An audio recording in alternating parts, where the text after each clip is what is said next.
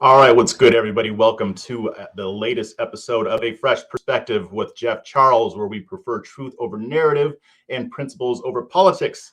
And I've got another fire guest for you today, and we're going to talk about gun stuff. Love gun stuff. So I'll bring him on just in a second. But first, I'm going to let you know that LibertyNation.com is a proud sponsor of A Fresh Perspective. Check out LibertyNation.com for all of your conservatarian news, original articles and analysis, videos, podcasts, Liberty Nation Radio, and their signature TV program, The Conservative Five, all on LibertyNation.com, conservative news where truth matters. Now, the Second Amendment has been in the news lately, for a lot of different reasons. But one of the reasons is the Supreme Court is back in session. And one of the cases they're going to hear could have quite an impact when it comes to gun rights. So I have with me Liberty Nation's legal affairs editor, Scott Cosenza, who is also a constitutional attorney and knows all about this stuff. He's also a gun fanatic too. I've actually gotten some of my gun advice when I was figuring out what gun I wanted to use. And we're gonna talk about this issue. Welcome to the show, Mr. Cosenza. Thank you, Jeff, and for your regular audience, of which I count myself a member, I have to say that I am not responsible for your purchase of a Smith & Wesson M&P product, which I believe I counseled against in any case. You might have. I mean, but my second gun is probably going to be the Canik TP9SF Elite Patriot. I can't wait. That's one of those newer guns that, because I haven't been to the range in a minute and haven't gone into a gun store in a while, you told me about that. I think I was unaware. So it's always fun to talk to somebody that was coming up sort of new in the gun culture and just getting started. So I always enjoy our discussions regarding it. Awesome. You've been an amazing help with that. But we got to talk about the Supreme Court, man. I mean, and you and I have kind of talked about this. I've used your article about the amicus brief that was filed in this case quite a few times on my live streams because I think it's very instructive. But the issue that the Supreme Court is going to take up is the New York State Rifle and Pistol Association versus Bruen. Now, can you kind of give us a rundown on how this case even came about in the first place? Well, it's pretty simple. There are states that allow people to apply for licenses to carry or permits to carry guns, just like they allow people to apply for driving privileges. And if the people meet the requirements for the driving privileges, you can see to whatever standard and operate a motor vehicle under testing, then they have to give you that license. They can't say, well, Jeff, you're a Californian, and because you moved to Texas, we don't like Californians who move to Texas. We want people to move to Texas from other places, so you're going to have a different burden, or we're just not going to give it to you because we don't like the cut of your jib. They can't do that. You have a legal right to obtain that permission slip if you meet the qualifications for the permission slip. That's what shall issue licensure means. Now, that started in earnest in the 1980s, the mid-80s in Florida by Marion Hammer, who later became president of the NRA. And she's sort of regarded as one of the main kind of motivators for this nationwide movement. It started in Florida. They were successful there, and it kind of marched across the country, Jeff. There are a number of holdouts that are what we are called may issue states. Now, some of those states are may issue, but in practicality, they're no issue. I hail from one of those states. I was raised in New Jersey, which is basically a no issue state. You can't get a license to carry a gun in New Jersey. You could have a crazy ex-boyfriend who's committed to killing you. You could have a cash-only jewelry and watch pawn shop where you get robbed every other month in the ghetto. It doesn't matter. You're not going to get that license or permit. So in New York, this person was people are denied. That's a shall issue state, by the way. So shall issues are the sort of typical run by liberals without much competition for political leadership. So California, Maryland, New York, for instance, some of the New England states, those are your typical may issue states or may issue / no issue states. And the plaintiffs in the New York case have successfully gotten the court to take up the question of whether or not the Second Amendment allows states to generally prohibit carry outside the home. That's the question the court has resolved to answer. Okay, and just to clarify this, in these states, in these may or no issue states, this specifically applies to carrying a gun outside the home. You can still have a gun in your home. Is that correct? The question only concerns the carrying of firearms outside the home. And just sort of a little mini history lesson here. Carrying openly was generally legal in the United States. The laws came in for concealed carry. The idea was that somehow it was nefarious or indicative of bad character to want to conceal one's armed status, whereby open carry was typically allowed without special permission. In fact, there are many states. I live in one now, Virginia. Pennsylvania is one. There are others where there is no law that discusses openly carrying, and so therefore, just like all activity that's not prohibited by law, it's allowed by law. So this is now that's not true in New York, to be sure, and a lot of other places. But the laws came in to prohibit typically concealed carry first, and then other forms of carry. And no carry is legal in New York without that permission slip, without that license, which basically they will not give you. Now, retired cops sort of have it by legal right, so they're still allowed to carry, and some others. But John Q. Citizen, doesn't matter, can't get it in New York and lots of other places, and that's what the court will decide. Okay, so I read when I was, kind of digging into this, I read that this is the first time that the Supreme Court has taken a Second Amendment case since, I believe, 2008 with the District of Columbia versus Heller. So why has the Supreme Court been hesitant to take up these cases? Well, you have to look at how a case is chosen by the court.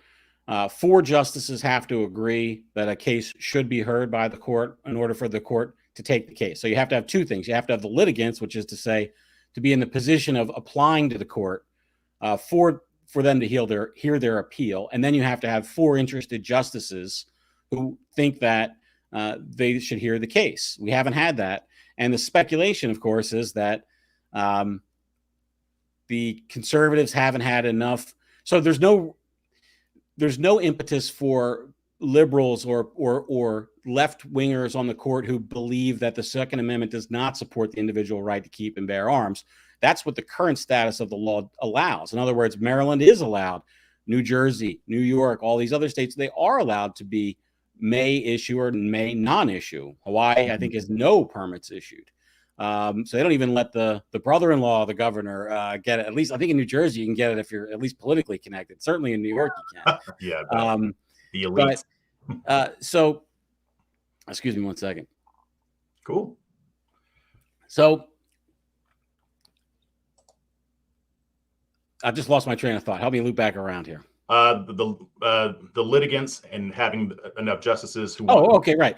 So you could actually have a pro-gun justice on the court who votes to not take the case because they think that it's not going to come out the right way. If I'm on a court and if I'm on the Supreme Court and I'm the only person on the court, for instance, who believes that the individual right to keep and bear arms is guaranteed by the Second Amendment, why would I want these other 8 people who don't believe that to weigh in on this fundamental issue? I know I'm going to lose 8-1 and it's going to be a bad precedent and a bad result. So that's if I'm gaming the acceptance like we think that maybe, at least subconsciously they do. On the surface level, you could think that there's not a real issue there in law. I mean, that's what Supreme Court justices are supposed to base their acceptances on, not sort of gamesmanship of how laws work in the United States, but is this an actual case and controversy that needs to be decided because there could be a split in the circuits or a split in other courts where, they need to kind of weigh in on the law. Gotcha. Okay. So, So, by the way, Trump added conservative justices. Conservatives are now a majority, whether you count Roberts as a conservative or not. I think he's an adjustable conservative, an adjustable 6 in Kevin, whatever his name is, language. So that's sort of how. But even without him, because of the Democrats' refusal to get a kind of moderate justice appointed, this was the Merrick Garland thing they wanted. right. They thought Hillary was going to win, and so they basically didn't appoint a justice when they could. And then when she lost, obviously we've got Gorsuch, Kavanaugh now, and of course Amy Coney Barrett as well. Yeah. Whoops, they messed up. But when it comes to this particular case, what ramifications? Like, let me ask it this way: how will this case affect gun rights in general? The decision that the justices will eventually come to. Well, if you live in Texas and you have constitutional carry, it doesn't affect you at all. Mm-hmm. It doesn't matter.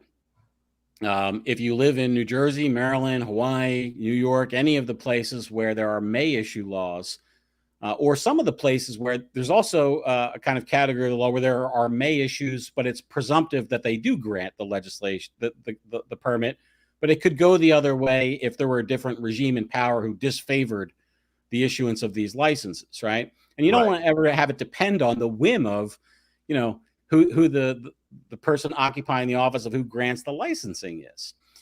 So what it would mean for those people is that they have a right to go get a license, just like they have a right to go get a driver's license for a car if they meet the qualifications, that Marylanders and New Yorkers could go get a license to carry. And what that means is that there will be a massive increase in the number of people who are legally carrying firearms in those jurisdictions. And we know that the research tells us that almost all good things result from when legal, when people who wish to behave within the law are allowed to carry firearms. That's a boon to society. Right, definitely. That's one of the reasons I became a gun owner. So basically, if I'm understanding this correctly, this would turn these may issue, if the Supreme Court rules in favor of the plaintiff, this would essentially turn shall or no issue states into, it would change may issue into shall issue states. Would that? This has the potential to do exactly that. That's right. Okay.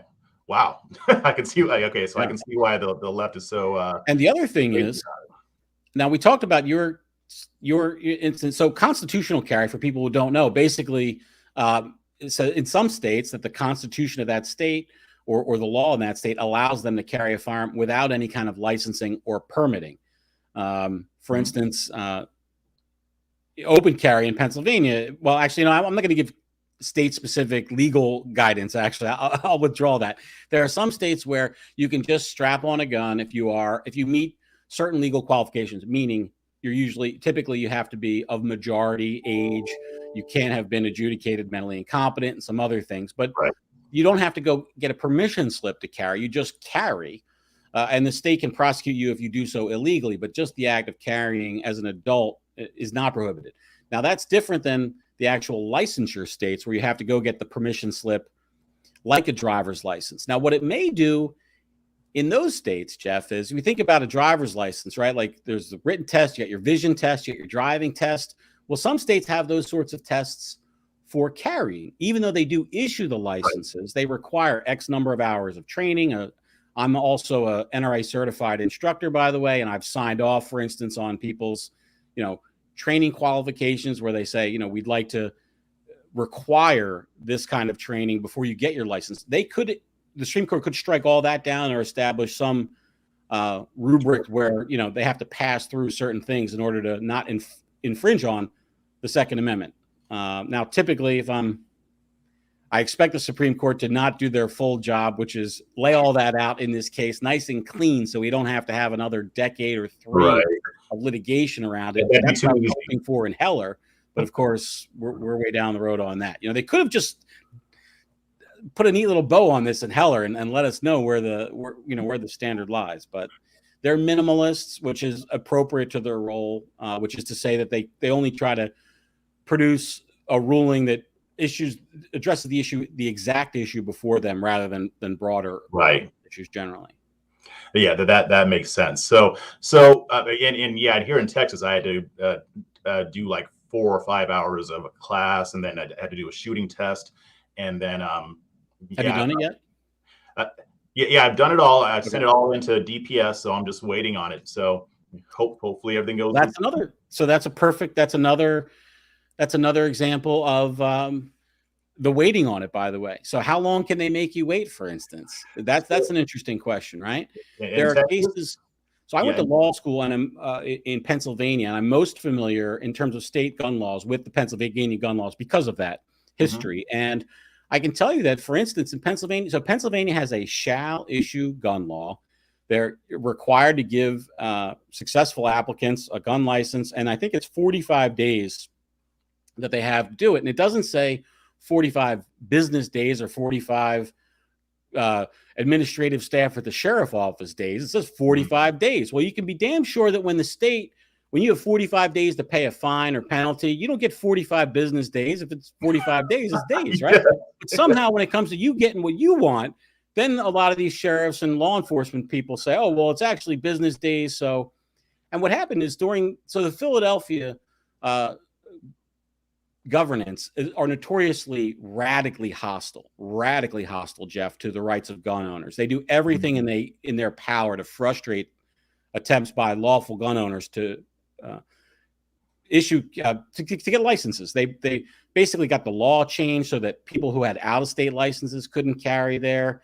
And it's a whole morass. And when the pandemic restrictions started coming in, which offices do you think they closed, the first, and basically said, oh my God, year or in 2 years? It's the gun permit office, right? Of course. And so there's been, so that whole thing about how you can then, if you think about it, like any of these contentious issues, like the abortion case issues a perfect analogy, I think, which is that you have all these states where they clearly want to make abortion illegal, but they're not allowed to do so under the Supreme Court precedent. So what they do is they enact all manner of restrictions designed to frustrate the exhibition of that right without actually making it illegal.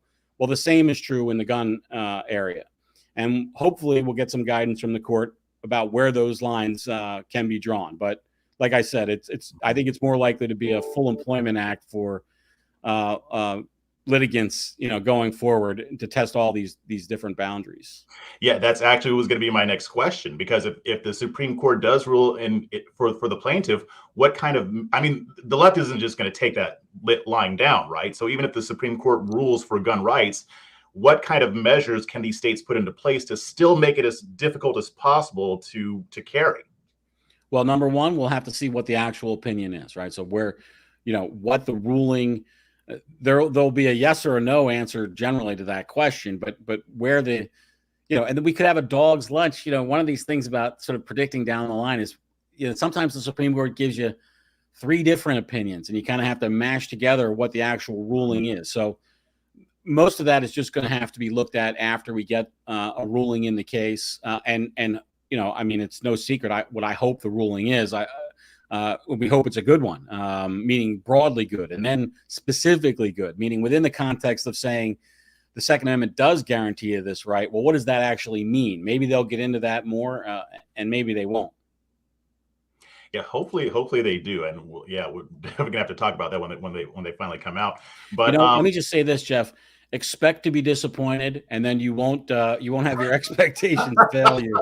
Or if they do fail you, it'll be good news. I think that's the right attitude with respect to the Supreme Court in all instances. They rarely do what you want them to do. It's been my experience.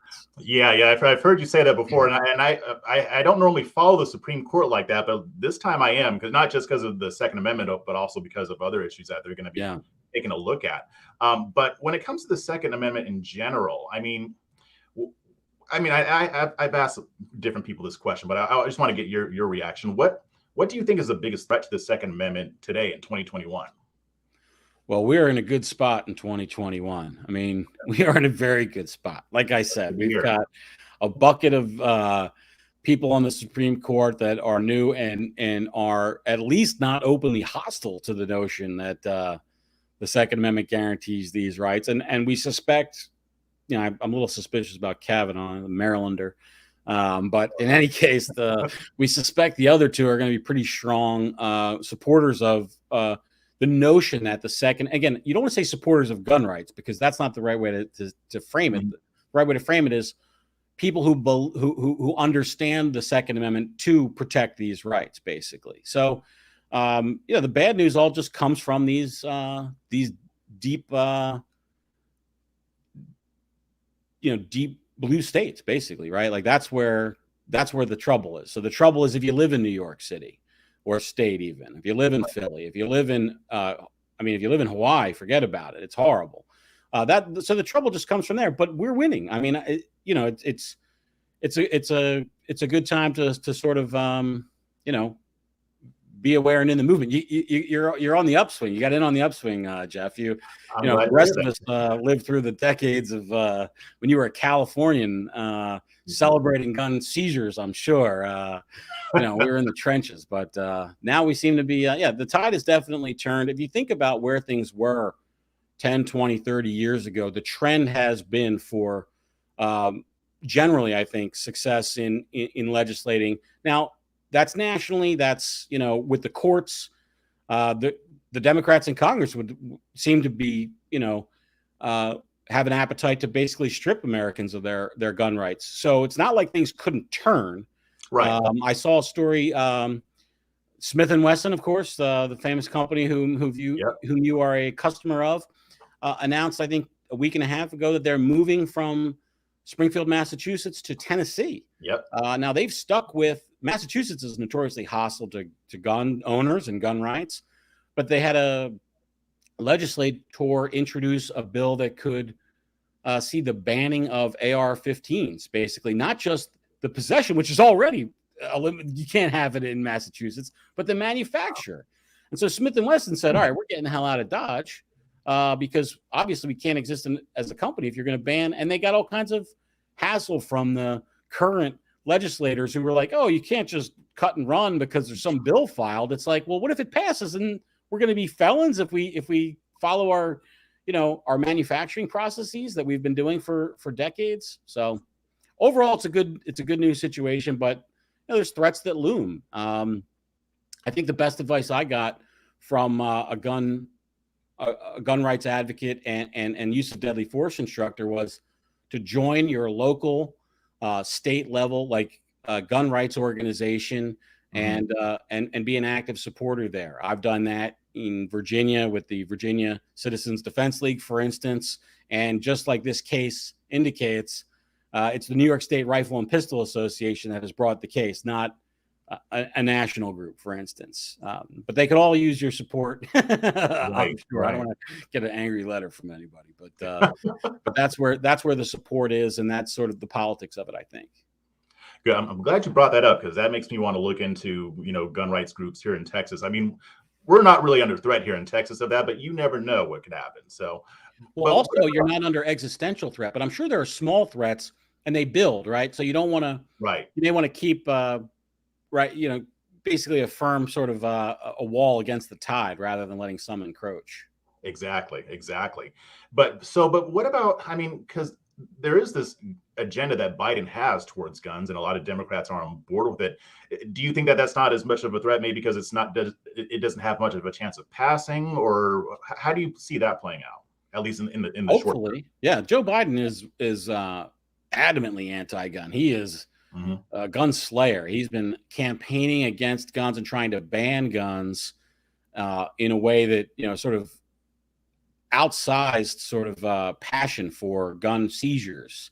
And I think the only thing that does stop him is the will of the people and what he can get. But it doesn't seem like they can get much in the way of these confiscations or bans passed, especially not with the current composition of the court. And we should talk about the Democrats' plan to pack the court, because that seems to be the most likely thing that would let them get. And I don't think that's likely to succeed. I'm not suggesting that, but I'm suggesting if it does succeed, well, then all bets are off. If you get, 3 or 5, I forget how many the latest proposals are of, Lonnie Guinier or left-wing lawyer types, that will be the end of it. I mean the end of it. Yeah. There are many on the sort of left-wing legal theorists who just simply believe that, and it does baffle me, so I'm not suggesting I understand how they can legitimately come to this belief, but somehow in this list of individual rights that were listed to be asserted against the government, this one thing is not an individual right at all, but somehow a collective right or a right that a state government has against the federal government. Again, it doesn't make sense to me, but somehow that's what they've convinced. And I'll grant them they have convinced themselves of it, meaning I don't think they're disingenuous. It's just, just self-delusion. Yeah. Now, last question, and I meant to ask this earlier on, but can you also talk a little bit about the amicus brief that was filed that you wrote the article on? So there are dozens and dozens and dozens. So for people who don't know, when the Supreme Court agrees to hear a case, other people who are not affiliated with that case can ask the Supreme Court to listen to their argument about it. Now, they don't get time at oral argument to present this argument. They can submit a brief, but they have to ask for permission to file this brief, and it's an amicus brief, which stands for friend of the court. Mm-hmm. And when there's a big issue like this gun issue, if you look on the court's webpage, I actually don't know which particular brief you're talking about because there are so many. I don't think I've ever seen a case, Jeff, with more amicus briefs filed than the New York State rifle and pistol case. Really? Yeah. Usually abortion and guns, you'll see the numbers go crazy, basically, right? Well, the one I'm referring to is the one you had written an article about it, about a left-wing group was pointing out the racist history of gun control in New York City, something like that. Well, that's one of the great, gun restrictions do have a racist past. It's basically about what can we do to stop those who we don't like or disfavor or don't want the full body of rights to kind of have. You think about it, if you're a gun owner, the government, the state and local government especially, has to treat you differently than if you're not, especially if you're allied with others. Think of all the many stories of infringements on group rights that we've seen, whether it's, there's lots of examples out there where if people are armed, they could mount a resistance. And so why would you want those folks armed? There's a famous, I think it's the Black Panthers, when they first got started out in California. One of the things that they did was they armed themselves and would go around openly armed. And one of the big California laws that was passed was in direct, I think Reagan might have been governor at that point, was in direct challenge to, they're like, we got these black guys here with rifles are walking around out here talking about, being revolutionaries, right? So yeah, it was remote, I think. Yeah, that racist history, I think, is important. Although on the other side, it doesn't matter constitutionally, I think. And what I mean by that is whether those gun control laws are rooted in racism or not, that doesn't mean that they're constitutional or not, I think, under the Second Amendment analysis. They may be violative of equal protection, but that's not how they're generally being challenged. Right. That's sort of, I think, part of the other sort of discussion, outside of that Second Amendment. The court will look strictly, Jeff, to the Second Amendment in light of its own precedents in Heller and McDonald, which I think was the case that you'd cited at the top of the discussion, which was the last. Those are the two big landmark decisions in gun laws. Heller says we have an individual right to keep and bear arms guaranteed by the Second Amendment, and McDonald says that applies to the states, basically. So that's where we find ourselves today. Now, what that means with respect to strapping on a gun and carrying it out of the house, well, we'll just have to wait and see. Yeah, definitely. And I think we'll leave it on that note. I really appreciate you coming on. And they're going to take this up in December, I believe. Is that correct? I was going to look up the date before we went live, and I forgot to. And I'm sorry I don't have. But I think it is. I wrote about it. Well, I'll just not speculate. Okay, yeah, I think it's coming up soon, but yeah, definitely going to have you back on after they make their decision, and hopefully we'll be celebrating. Well, I hope so too, and people can listen. Actually, the Supreme Court has gone back to live arguments this week from their pandemic break, but they're still broadcasting live. So anybody who actually wants to dial in, go to the Supreme Court's website and catch live session and hear what the justices are saying. Which I caution them doesn't necessarily have any indication of how they're actually going to vote or write about the case, but it's an illustrative of the process in any case. Okay, cool. Well, we'll definitely do this again, and I want to thank everybody for watching this. And remember, head on over to libertynation.com, a proud sponsor of A Fresh Perspective. You can sign up for the daily briefing, or you can subscribe to the Member Zone and check out the latest cutting-edge conservative news and analysis with none of the spin and all the nuance. Check out new and original material on libertynation.com, conservative news where truth matters. Hey, and let them check out the Uprising podcast as well. Yes. That I host and that Jeff sometimes appears on and listens to. The Uprising podcast. You can get that anywhere where you get your podcast. You got to listen to it. Definitely. Thanks, Jeff. Thank you.